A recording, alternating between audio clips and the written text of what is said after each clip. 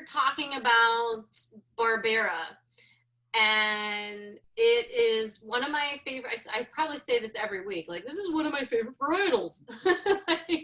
But this is what I think is so exciting, to get together and taste all these wines together, because maybe you've never heard of the particular grape, and I hope that I am turning you on to something. So Barbera, everybody here have a Barbera? If you don't, that's all right, but raise your hand if you do. Yay, all right, cheers.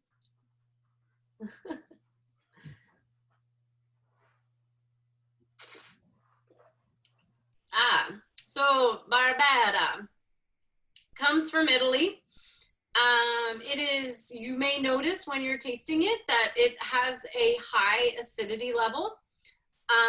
Some of you may describe that as like maybe like a crispness or something going on in the glass.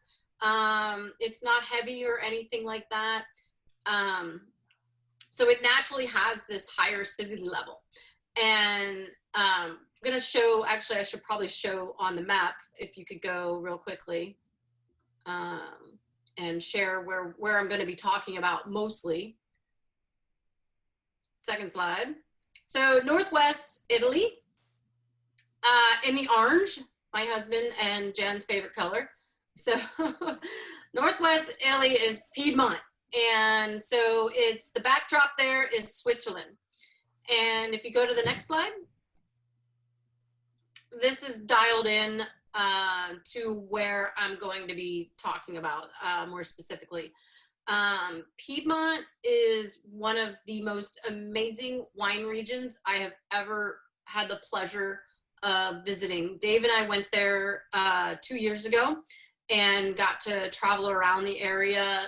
His family is from Switzerland, just on the other side of the snow-capped mountain range that Piedmont hugs against. If you remember the Olympics, I can't remember what year, but they were in Turin, the Winter Olympics. So it is, if you love skiing, I highly recommend going to Turin and like doing a little vacation that you can go tour the wine regions of Piedmont with, because it's all very easily accessible. So we can exit out of there real quick, and we'll get back to just a quick few little points, just generally talking about Barbera. Like I had mentioned, it has naturally high acidity level, and it continues that through its ripen ages. So it, even when it gets fully ripe, it's still gonna have like really high acidity. And so because of that, it does really great in warm climates. With the world sort of heating up a bit, Piedmont has become a lot warmer, and so the wines have become a bit richer. But we're also growing it here in California, particularly on the Central Coast, and still has really bright acidity, really amazing things to check out if you want to try, like Calatal is what they're called. So really fun region. And it's also grown in Croatia, Slovenia, and the Mendoza region of Argentina. However, it's known as Bonarda. And Bonarda is, not everybody knows that it's actually Barbera. And you can find Bonarda from Argentina kind of readily available, and it's super affordable. Like when I say super affordable, I'm talking like, you know, probably $15.99, $12.99 a bottle, and really delicious. I don't think, is anyone here drinking a Bonarda tonight?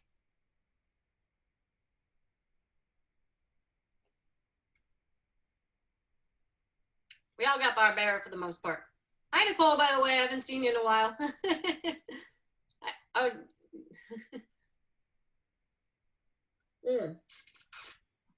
Sorry. Yeah, it's all right. I just wanted to welcome. Like, oh God, it's late. Sorry. Yeah, no worries. Just wanted to welcome you. We're just literally getting started, so it's all good. So Barbera, like I had mentioned, mostly planted throughout Piedmont, but you can also find it in Lombardia, is another big wine growing region And that's where Milan is located, just so to put it in perspective, if you know the city of Milan, Northwest Italy again. And also grown in Emilia Romagna, which if you've been on my calls, we've talked about Emilia Romagna. That is like the bread basket of Italy, where all like the great wines, cheeses, and cured meats come from. I put this in, I think, one of my little teasers about Barbera. Like, if you get it to like have a really nice little chill to it, it is an awesome summer wine. It's very versatile, and it's a great summer wine because it's not tannic. And so when you think about like comparing it, like just tasting it on your palate compared to like a Cabernet Sauvignon or a Syrah, it's much lighter. It can still be like super dark in color, but it can still be a light red wine. Do you guys agree with what's in your glass? Are you having something that's kind of light? Can I just ask, like, when you say compare it to tannic, that would be when like heavy, or what sort of difference? So tannins, so what imparts tannins are the grape skins. And so like Cabernet Sauvignon and Syrah, the grape skins are really thick compared to like Pinot Noir and then like Barbera, which we're talking about tonight, where the skins are rather thin. And so what gives wine its color, all that stuff, is the maceration process. So when they have those longer skin contacts, it's going to produce a heavier style wine. Also, when you're using oak imparts a lot of tannins in wine. And if you want to look at your bottle, everyone, like if you just have a straight Barbera D something, which I'll get into, and not saying like superiore, like I have a Barbera di Alba superiore. So superiore is much different than just a Barbera D wherever you may have it from. So when you have superiore, that means it means that it sees oak. So it will be a bit on the richer side, and it will have more tannins than just like a Barbera d'Asti. Does that answer your question? Perfect. So also a super versatile wine because of its acidity. So it's going to pair with a lot of different food. In particular, like vegetarians will love it because like you think about barbecuing, and if they don't eat burgers, what do they eat? They eat like the mushroom burgers. And so it's a perfect wine to pair with, God, what do they call it? Those big mushroom burgers. Can't remember the name of them. But Portobello. Yeah. Portobello. Yeah. I'm allergic to mushrooms now, but I used to be able to eat them. But anyway, moving on. So I'm gonna dive right into Piedmont. And that was the second area that we saw on the map. There was a second slide. It is the most, I think, breathtaking wine region I've ever been to. And I've traveled all over the world to different wine regions aside from the Southern Hemisphere. It's comprised of like rolling hills, and it's at the foothills of the Alps that borders Switzerland. The vineyards are literally everywhere. If you want to cut to slide number 3, so I can just kind of talk and kind of hopefully bring you all in on just like the beauty of this area. And some of these photos I took myself. This is sort of like just a little snapshot of the region here. You can see where the area is brown. That just basically means they're like replanting vineyards, but it's literally like a tapestry, like, or a quilt of vineyards just in all these different directions all throughout. My husband and I we took this picture. We were in the region of Verduno, and you could just see everything. If you want to, you can just go to the next slide. Also, there's another shot. My camera was like literally on its last leg, so that's why some of these photos aren't so beautiful, but you can screenshot and sort of zoom in or whatever and take a peek for yourself. But it's just it's literally just insane. Like it's a dizzying feel. Like you're just feel like you've been transported into a painting anywhere you stand. And if you like turn around like 360, there's just vineyards like everywhere and rolling hilltops, and it's like hilltop, a castle on top, hilltop, castle on top. And these are all these, you can keep going with the slides, these are all these, there's an example of that. And you can see in the background, you can see all these little hilltops with these castles that perch up. And these are these like amazing little towns that you can just go and visit and dine al fresco and have some of the local wine and eat a lot of the local fare. And it's like, it's total country. I think one of the next slides shows, that was the view from our bed and breakfast. I mean, we woke up to that and fell asleep to that like every night. It was unbelievable. If I can, this was the view from our bed and breakfast, literally. And it's this little tiny place. It's fantastic. I think they have 5 or 6 rooms. Not even, yeah. And a kitchen. And so you can just kind of go around, tour, buy some food, buy some wine, come back, cook. In the morning, they cook in this tiny little chapel. They cook breakfast for everybody. It's just, it's mind-bending. And those are the Alps in the background, the high mountains you see. Those are just kind of the beginning of the Alps.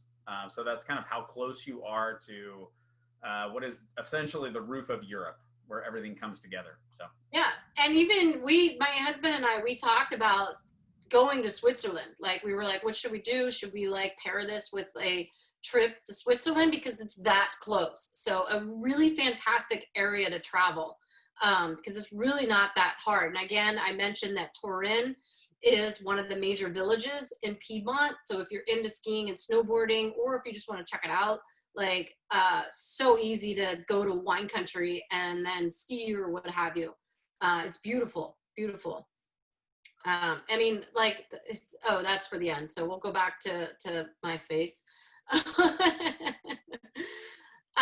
So again, getting back to Piedmont. So I wanted to focus on Barbera again, because Piedmont is mostly known for Barolo and Barbaresco. And the grapes, and we'll do a whole thing on all of that, but the grape is Nebbiolo that goes into Barolo and Barbaresco. And Barolo is considered the king and Barbaresco is the queen. And then Barbera is considered this like cute little fashionable grape. And it's the second most planted grape actually in the region, which is pretty awesome because they do grow other red grapes as well. It's versatile, as I mentioned. It can pair with a lot of different cuisines. It's considered like the people's wine because it's just like so readily available. You can drink it when it's young, because if you've ever had a Barolo, like when it's first released, it's like, so they're just big. They're really hard to like, they're just not in their element, put it that way. Barbera young is really approachable and they're rather affordable. I mean, did anyone pay over $25 or $30 for their bottle of wine tonight? At the wine store by me, I couldn't even find anything. The highest one I could find was like $14.99. Right. Or $13.99, I think. I got mine for $9 and I was terrified that was going to be garbage. So I was like, oh, this is not going to be good. It's delicious, but I was like, this is. Yeah, I was shocked. What are you guys drinking? Yeah. Oh, I just put mine in the fridge. I found this in a local place where I'm dog sitting in Catonsville right now. I can type it in so you don't have to read backwards. But I was born in Catonsville. Yeah, so I'm right off of 695. Nice. I'm like not too far north. Yeah.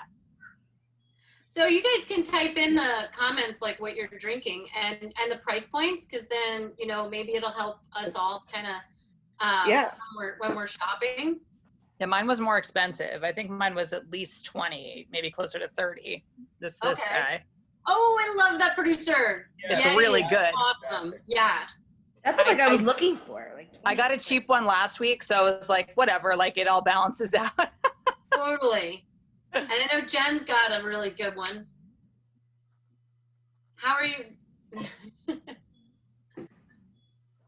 I like the show and tell. I know. Yeah, right. Fun. Caviola, that's from a really, really solid Italian wine importer. What are we drinking here? Oh, sorry. I know. I'm like asking everybody, and I'm like not even talking about mine. I have it's Fratelli Alessandria. Oh yes. Super small producer. That first picture I shared in the slides was actually taken outside of this winery. So Verduno is wow, that's cool. The highest point in all of Piedmont, and on a clear day you can see panoramic all over like Piedmont. It's nuts. Like I've never been anywhere like that at all. And this is a Superiore, so it is a bit on the richer side. Oh shit, I haven't even talked about that yet. Anyway, what Superiore? You did. Well, you said the D something, it was going to be richer. Yeah, I was gonna. Yeah. I know. We start talking, and then I like lose track of like where. I just realized that mine's at 2014. I feel like all the wines I get are always like 2017 or later. Yeah, no, that's good. Barbera can age, and that's what I was gonna dive into as we start talking about like in the regions. So the Langhe, Langhe,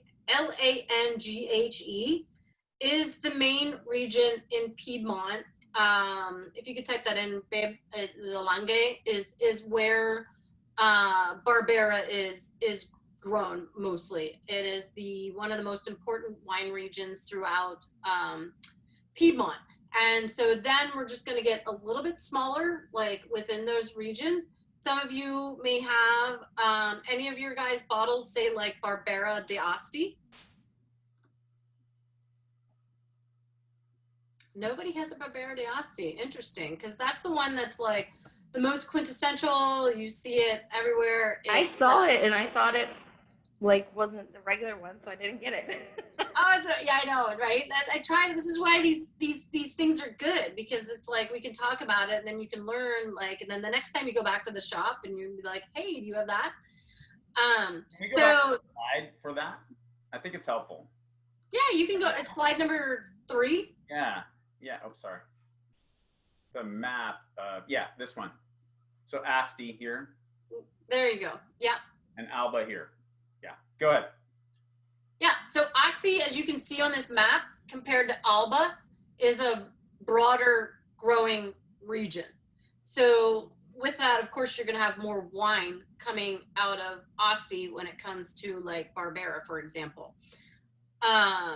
If you like lighter style red wines, this is where a region I would point you towards. We have 2 different types. We have like what's just called Barbera d'Asti, which is considered it's called Normale locally. And that basically means that there's no aging requirements. They can release the wine pretty much right after they're done producing it. And those are best drank within 1 to 8 years. So they can age because of that natural acidity. They will age. And then to the next level is the Superiore. So you'll see it on the label. It'll say Barbera d'Asti Superiore. And that has more governmental requirements. So it has to be at least like 12.5% alcohol, and it has to age for a minimum of 6 months in oak. And so with that, as I was talking earlier about tannins, it's going to be a little bit of a richer style from Asti. And it'll have more tannins because of the oak influence. Again, it's not going to taste like an oak bomb or anything, because these old world producers and some of the new world producers that are more legit, so to speak, They just use oak as like the vessel. These will age a little bit longer. Right out of the gate it's going to be a little stronger than just a Barbera d'Asti. So the Barbera d'Asti Superiore is going to taste better after you kind of let that bottle sit for a little bit. And I sent out a thing on my Instagram the other day where I know not everybody has the ability to have a wine fridge. If you don't have one, like things that wine hates are heat and sun.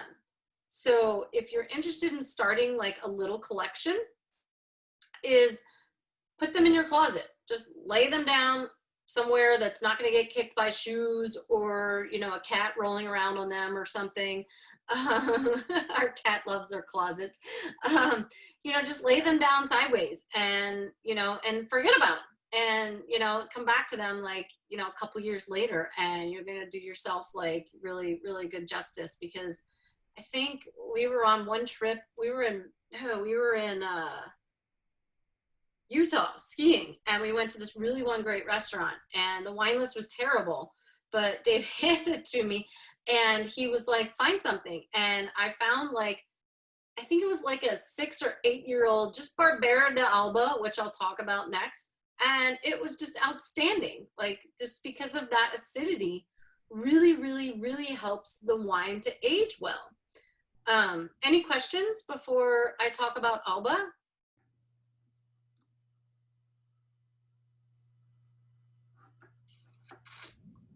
Needed a cheers there. Right. Like, She has to drink a wine. She has to Cheers. drink a Actually, I do have a question. By the way, yeah. The nose When on Dave this, is done. the nose on this is just unbelievable. Like, it's just like sticking your face inside a rose. That's, yeah, mine is like a very floral. It's Much more floral fragrance than I'm used to. it's just. I like it. Can we make candles like that smell like this? Hey, Kelly, get on that Scentsy.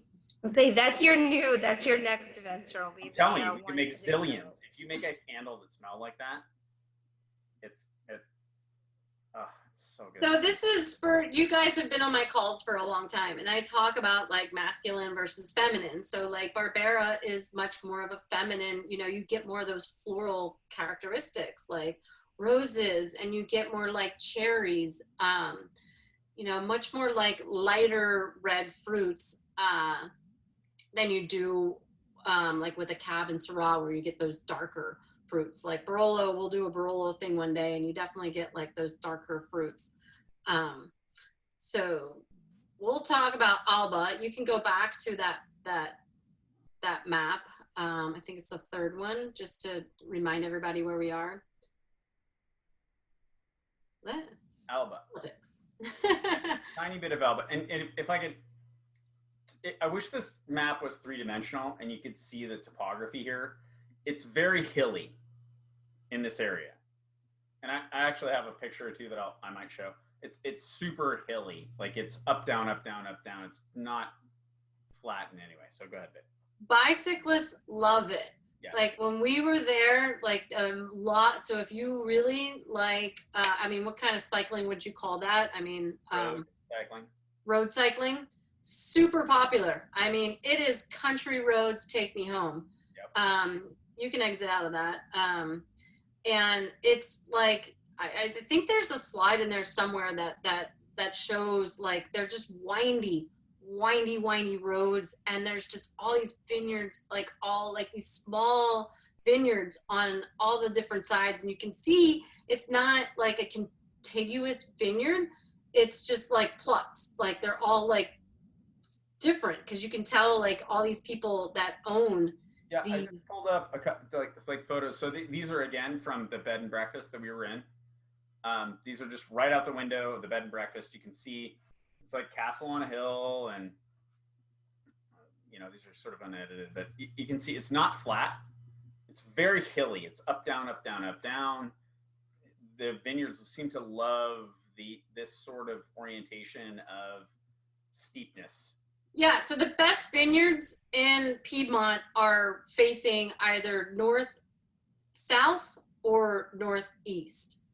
That's the name. If you want to take a screenshot, that's where we stayed. I'm actually going to link you to it because it's okay. amazing and it'll blow your mind. And if you ever want to go, if you're interested in going to this place, please get in touch with me. I will put you in touch with the people who own this place, who are the most friendly people. We had a rental car that pretty much caught on fire, and they helped me fix everything. And these people are just magic. And they also own a restaurant in the Portland area, which is random but true. Yeah. Alba is the shit. Awesome. Yeah. So who has the Barbera de Alba tonight?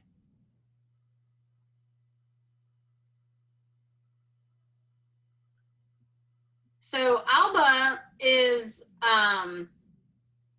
more or less like pretty much they pay most attention to the production of Nebbiolo, that being Barolo.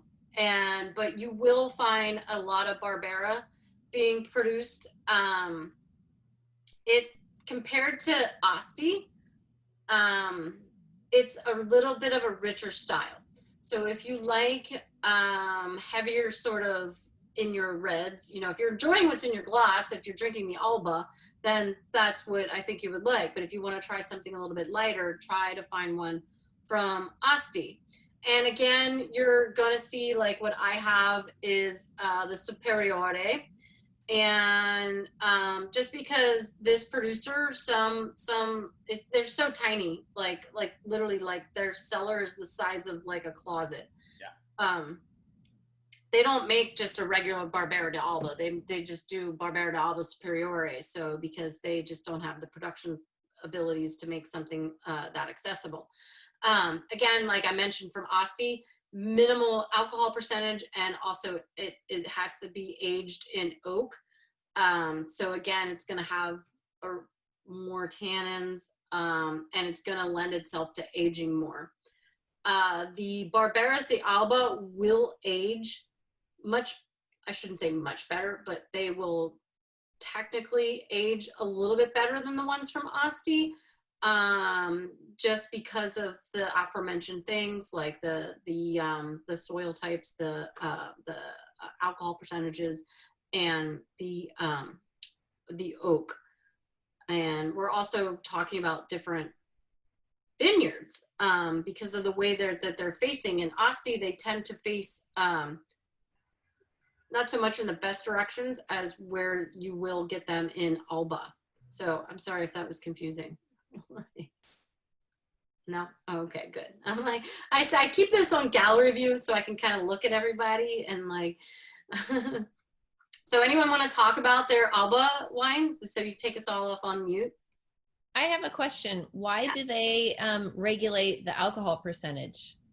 That's a great question. Yeah, that's an awesome question. So the government, unlike in the New World, Old World being Europe, the government is involved in the entire winemaking process. And I actually, unlike what Americans like the government being involved in so many things, I think it's really important in Europe to withhold tradition and to also control things like alcohol percentages. So they're not allowed to go above 13.5%. And so what is that going to do to a winemaker? That winemaker is not going to manipulate the wines. I talk about this a lot also, like as far as being like a little bit like lower intervention.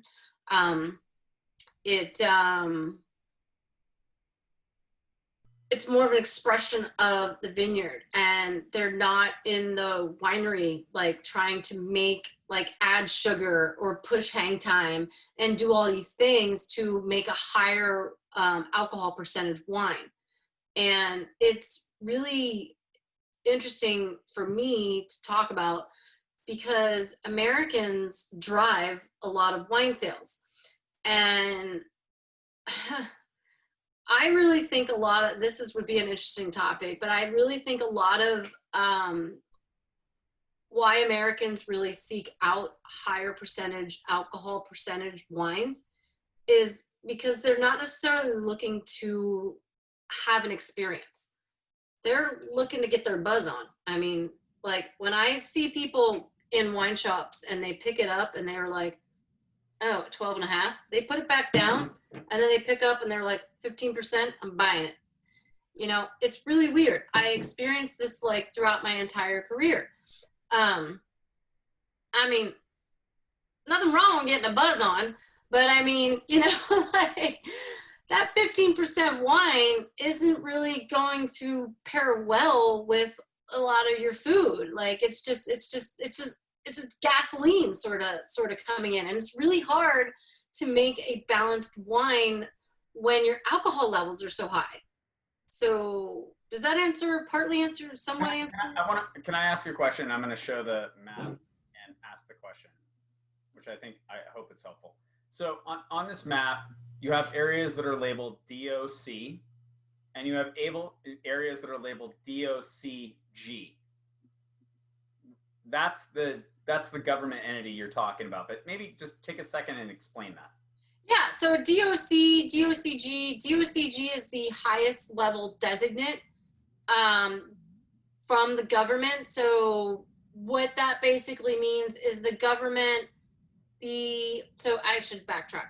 The growers of these vineyards have basically gone to the government and have said, this is our land, this is our soil, you know, all-encompassing terroir.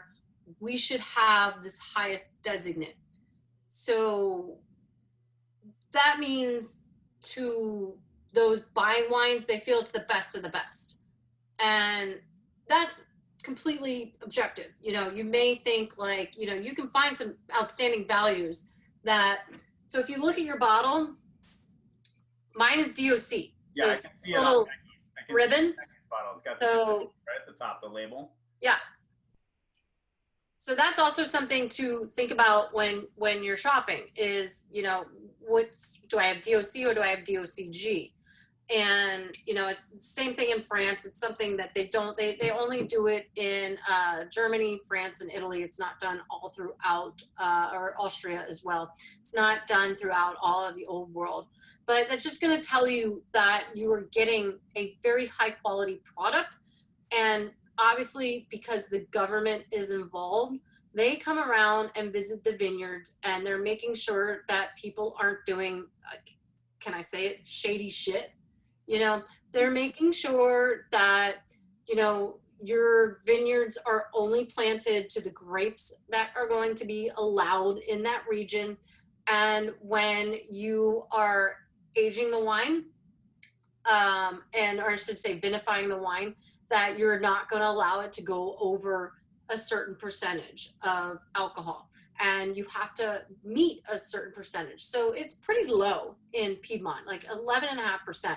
Is the only. Why is mine so high? What is it? Yeah. 14.5. I know, it was like, Mine is too. Mine is also 14.5. And I was like, I feel this wine, so what That was so 12.5. What vintages so we've had some ripe vintages. So what vintages are you guys drinking? This is the Vietti 2017 Barbera d'Alba. Yeah, mine's a 2017 as well. Mine is too. Barbera d'Alba. And Mine is the old lady at 2014. I don't even know, honestly, the last time I had a wine that was 6 years old. But it's 12.5, but it's just DOC. Yeah, mine's DOC also. Yeah. Oh, where's the camera? But everyone's enjoying it? Yeah, that's good. Yeah. Yeah. So I think they must have elevated it maybe to 14.5%. Like again, these rules change all the time, and they're Italians, like so. Well, and it's flexible when you're Italian. I mean, I don't want to use global warming. You know, like my husband, when we were in Piedmont in late October, where it should normally have been like almost snowing there, we were in flip flops. It was so warm. It was hot. It was hotter there than it was in San Diego. 80 degrees. In October. And it was so funny, like all the Italians just kept staring at my feet because I was wearing flip-flops, and they're like, it's a fall, you should have boots. You know? And like everywhere we were traveling around, they would have like they're showing off their fall, they're Italian, so they're showing off their fall fashion. And meanwhile, we're like in t-shirt and flops. Like I just don't, I love the Italians, but sometimes it's like put the fashion aside and just, yeah, at one point when we were in Cinque Terre, they were just taking off like all their clothes and stuff. And we're like, it was hot. It was like almost triple digits. I'm so jealous. That's on my bucket list. Oh yeah, it was fun. That's why I'm trying to make these share these pictures to help with. Cinque Terre in October is like perfect weather. I love pictures. In October, absolutely. It's nice and warm. Totally, and less touristy.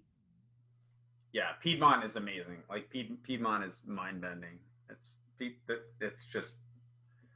So I'll continue on the lot, and then we're gonna finish up with a super cute little thing. So the last region, I don't think probably anyone has one that's a Barbera di Monferrato. Does anyone have that on their label? I don't think so. I think everyone's got the Alba.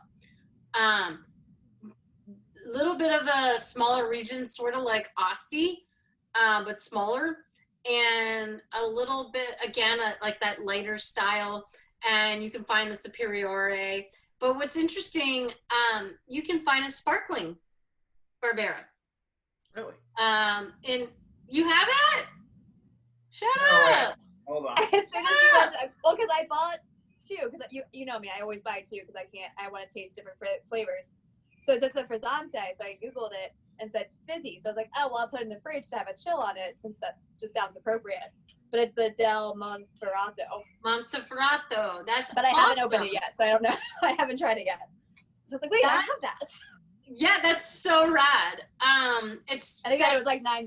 So we'll see what my head is. Awesome. So we'll see. You found that in Catonsville? Yes. That's awesome. I know. So that would be something like I would open up. Like that's like a really nice cocktail red wine. Like if you're doing like charcuterie or something, like dried meats and cheeses and something like that. So it's not going to be like bubbly like champagne. So frizzante is just kind of like soft bubbles. So that's really cool. I want to hear about that, like, because it's so hard to find those. Now I want one. I know, like, I want to like drink that. Nicole, I'll buy an extra bottle before I come back. I want one too. That Right. sounds really good. It's kind of like Lambrusco in a way, but a little more serious. But I'll open it now while you finish up talking. No, don't wait. Save it if you have other wine. No, like, dude. Yeah, you don't have to. Oh no, save it. Send me a message and what it was like. Like, All right, I don't want you to I'll report waste it your back time. next week. There we go. So I wanted to end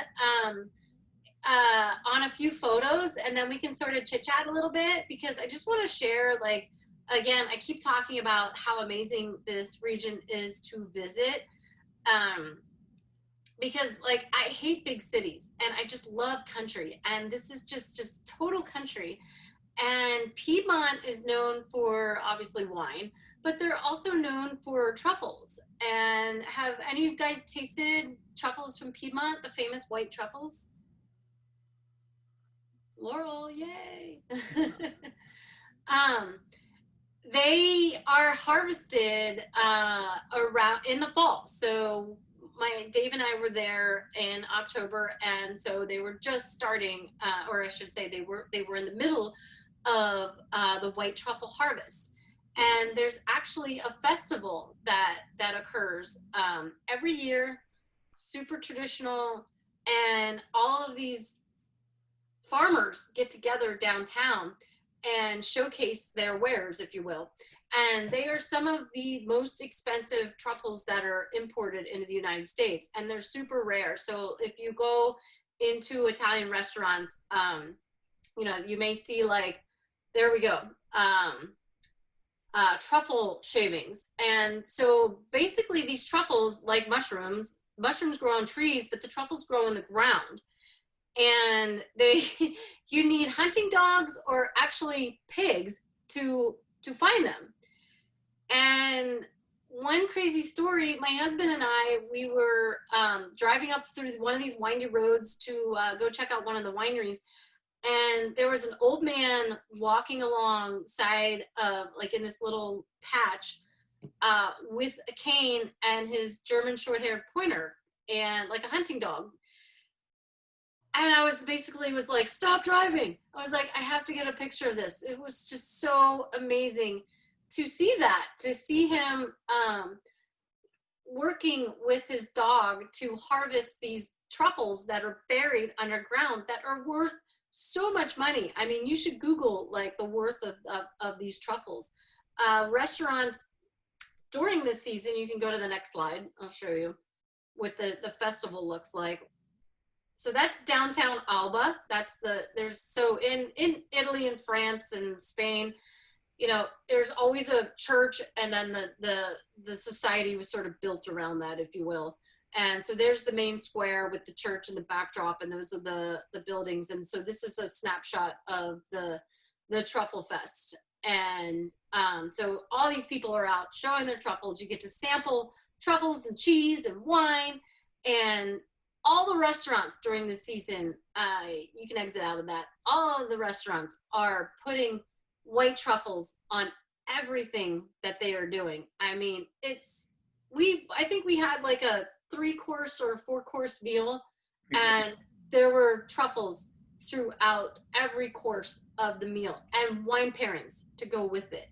Like, unbelievable experience. It was one of the really magic things about going to this area was that it's almost like a time warp where you go into an area where they live seasonally, right? So there's just that it snows and there's times when they don't eat truffles. And when they do, the appreciation for that is so great. It's just insane where you're there in the right season and they go, well, this is what we're doing here right now. We're just expressing the best thing that we can express about this particular area right now. And it's the wine that's been harvested and you know, the truffles and everything. And it's cheap. It's very cheap. And we stayed in actually the town of Alba.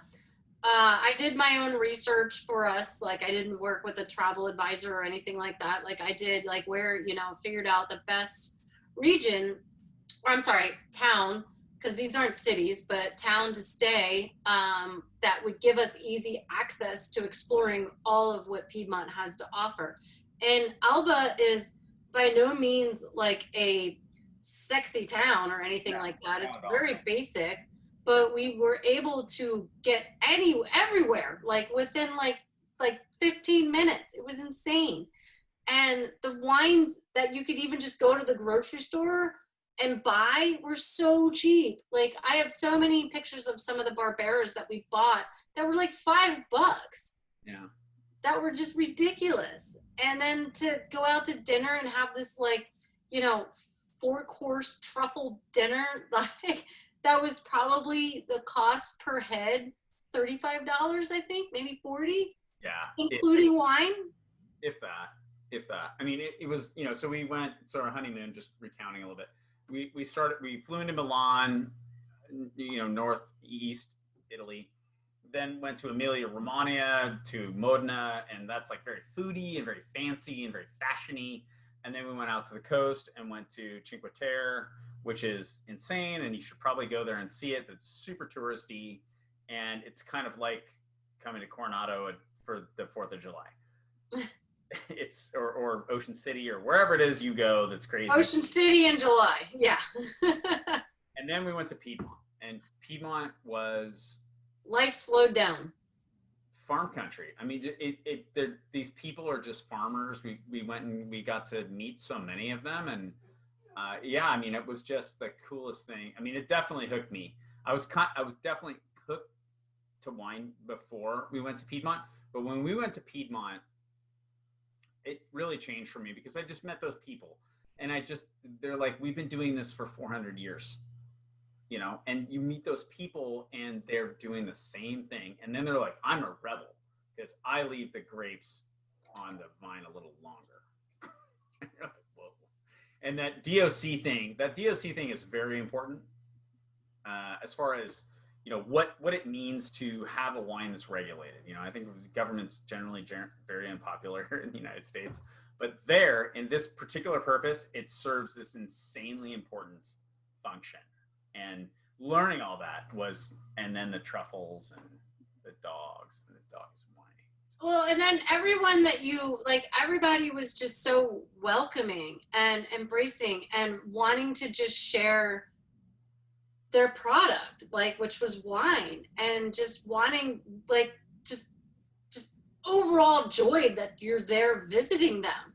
I mean, I've been in this business my entire career, and I've been to places in Napa, even wineries who I used to sell, and they could give two shits if you were there. There's just no hospitality, and it's just really sad. And to me, and to be able to share that with my husband or anyone that I've traveled before I met him into some of these other places, where they're just this is my art, and I want you to enjoy this. For me, it's 100% going back, and 100% going back to Casino Barasan, where we went and staying at that same little bed and breakfast with those same people who were so just accommodating, whatever you needed, they had it. We had a rental car again that caught on fire, and they helped me take care of that. Seriously, it did. They did. And it was they had this little chapel that was where the breakfast room was, but they also had a kitchen in there, and if you want to cook some food, cook some food. And we were the only people cooking. Everybody else was going out. Yourself. But that's the great thing, where you can walk into town, and it's just such a small town. And I always talk about this when it comes to travel. If you go to Italy, you skip Rome, skip all these big cities, because basically you're just in this melting pot. For me, I'm no spring chicken, I'm 43 years old. I kind of feel of course, a lot of cities will have their own charm. Big cities, I would say, will have their own little charm. But you're also in they're kind of classified as international cities. But once you get to these small towns, you really feel you're one of the locals, and you really feel more of the culture, and you get more of a sense of what is going on there. Yeah, that place slowed. Time slowed down just dramatically there. It was such a change from Cinque Terre and the kind of hectic thing that goes on there, which again is cool, but it was such a dynamic change, and just how welcoming they were, and almost surprised to see us. They're oh, we have guests. Yeah. Well, great. So excited to see you. Alba for sure has the best restaurants out of all of the areas within Piedmont. And again, it's super small, but they have, and it's so funny, everybody shuts down in the afternoon. We could not go out to eat until 7:30, 8 at night. And after wine tasting all day, we were I'm hungry. So that's all I got. Who's got questions? I just have one question. When I started, I know I was late, and I'm sorry again. But you said something about it's a lighter one that you can chill. Do you ever chill your reds? Yeah, great question. So when I mean slightly chill, I mean 57, 58 degrees. I know we're not sticking thermometers in our wine. Right. I'm not, and I'm even in the business. But I mean, I'll put it in the refrigerator for a half hour. Exactly. So it's not, that's what I did. So Yeah. it wasn't cool, because that's one of the reasons I don't drink that much red in the summer, is because I'm always hot. But when I went to Key West, now there they would keep them way cold. I went to Key West to this random wine bar that was open in off season, and they were yeah, you can chill red wines. And I'm this is years ago, but I'm oh.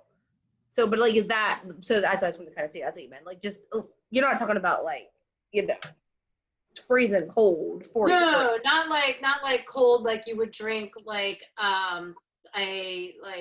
trying to think about Sauvignon Blanc. Polo, or not a white wine, but a slight chill, you would drink a Beaujolais, or you're talking about. That's what I did. Like I put it in for a half hour before it was starting. Perfect. But maybe had 40 minutes because I was late. Yeah, because like when you have a red wine like this, and if it's too cold, it's going to like be blocked. I don't know how else to describe it. Like you're not going to be able to taste like it's not going to open up. It's going to be closed. Right. So yeah, and don't ever put it on ice. Like anyway, so next week we're talking about we're gonna go white wine because we're getting right into the hot stick of summer. Vermentino. Anyone here have one? Be like, okay. So anyway, I know we're getting late. I know. So next week we are going to, like I mentioned, Vermentino. I'll type it out, and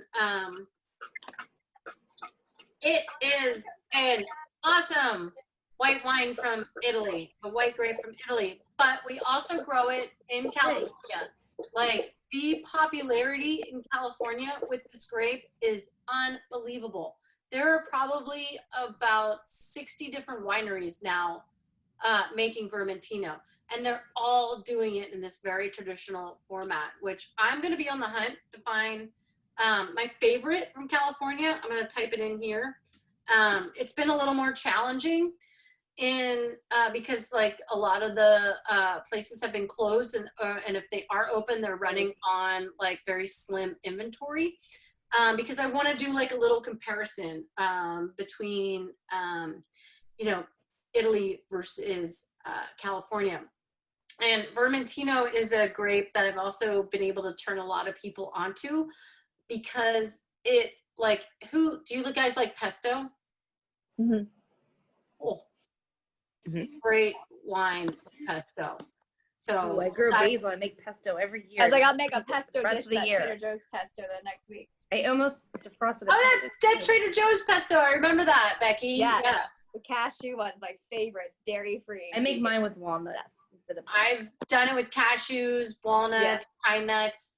So what kind of flavors, like what are we looking for with a Vermentino? Like what, is there something like a highlight or flavors to look for? Yeah, so again, like what's kind of typical when it comes with old world wine, it's going to be a higher acidity, and you're going to get like Vermentino has a little bit of a nutty characteristic to it, which also why it does well with pesto, but it also has an herbaceous characteristic to it. And I'm going to have some awesome slides to show you what the region. It comes from mostly the region of Liguria. It also comes from Sardinia. It also comes from California, what I talked about. But the region of Liguria is where Cinque Terre is. It's like totally steep. You've got these vineyards that are like next to like maybe some guy growing herbs. So the wines are pretty wild. They're really great. They pair exceptionally well with seafood. Because if you imagine, like, Liguria is right on the coast, and so what are they eating? They're eating shrimp, they're eating a lot of, like, seafood. And so these are things I think, like, as we're, obviously really getting into the hotter months, those are things, like, that I eat in the summertime. Like, I can't handle, like, any heavy meats or anything. I like lighter fare, cioppino, if I'm going, like, even sort of heavier or whatever. But yeah, it's one of my favorite white wine. Again, like I feel like I'm like always repeating myself. Oh, one of my favorite varietals. It's okay to have like 12 favorites. Can we wrap it up with something cool that I just found? Of course. No, you suck. I just found this picture. I was scrolling through these pictures and I found this one. Oh yeah, I remember this. So this is Fratelli Alessandra, which is the wine that we're drinking, and this is Generations. Aww. So that Wow. is the man holding the baby in the right hand side is the baby on the left hand side. That's Oh cool. my gosh. Like That's spitting crazy. salmon. cool. Yeah. So they're like 4 generations in, and what's really spectacular about this family, like I mentioned, their cellar is like the size of maybe like a family room. Like it's very small. Wow. And it's a labor of love. And they're just only, I think, this used to be just an overlooked region where they're located, but now all the sommeliers have discovered it and are falling in love, and I can't keep this wine in stock. Not the Barbera, but their Barolos. They're just amazing. And, you know, my husband and we went and visited with him. You know, Wow. these guys aren't necessarily, like, you don't go there. That's not flashy. It's not like, you know, they're just basically invited. This is like where they live. I mean, this is like their home. So that's a view that Beautiful. he's sharing, like, off of, like, outside the winery. I mean, can you imagine waking up? That's Verduno right I there. can imagine living there. I mean, can you imagine, like, oh, so that's his car blowing up. But go back to that picture, the one from Verduno. Like, I mean, the other one. So scroll. Well, this is a video actually, so I don't know. Oh, sorry. So yeah, oh, you can play it. I was gonna also. I mean, that's what it's like. That's what it's like. Can't imagine like living there. That doesn't look like real life. Look at that. I mean, it's like I said, like a patchwork. It's like a quilt of vineyards. There's me. Total quilt of vineyards. It's insane. And Verduno, where he's located, is the highest altitude of everyone in the area. And that's why it was overlooked for so long. It's also a super sleepy ass town. Like, we were walking through and it was like us and like a couple of old dudes. There was like nobody there. It's crazy. There's like 2 restaurants in town. like this one, look at that. Like, just that's. So the mountains are behind you in Verduno. Like, you look down into the valley to the south and the mountains are behind you in the north. It's just, They're the 2 old dudes. Yeah. No, go back. That's our room key. Hold up, go back to that key. Yeah. That's our room key. Yeah, that was our room key. Oh my God. That's the Alpha that caught on fire. Oh, I would have This kept is that. like off the back deck. Like, this is just walking out of your hotel room and it's crazy. That's right there. And it's so peaceful. the Alpha. It's off on a car. This is the daughter of the owner of the B&B where we stayed at, who Nicole, your hair was dark. who helped me I know. get in the car. And we're still friends. And her brother is the one who owns a restaurant in Portland. Oh wow. Yeah, we're like now friends on Facebook. Like, And yeah, we're still friends. We talk all the time. Yeah. This is the 3D map, and this is what I was looking for. Is like the topo map where you can see how hilly it is. And That's it's crazy. crazy hilly here. that's where Diano Diabla, like that's where we were situated. Yeah, So this is we where were like kind of right here-ish. Mm-hmm. Somewhere in there. so just south is like You where were everywhere I cool. was talking about. Rubbish. So anyway, so again, big I don't know. I'm just flipping through photos. Look at that. It's amazing. Like it's such an amazing part of the world. You literally feel like you're standing in the middle of a painting. Like Bob Ross is like, happy vine. Oh, Barbara. Yeah, we'll get into this when we get into the Barolo. But anyway, I just Yeah. had to share. Sorry. Oh, I like the cat. That was a fat cat. Yeah. Oh, we met so many cats. We The met Italians so many love cats. That's why. That's one of the reasons I want to go there.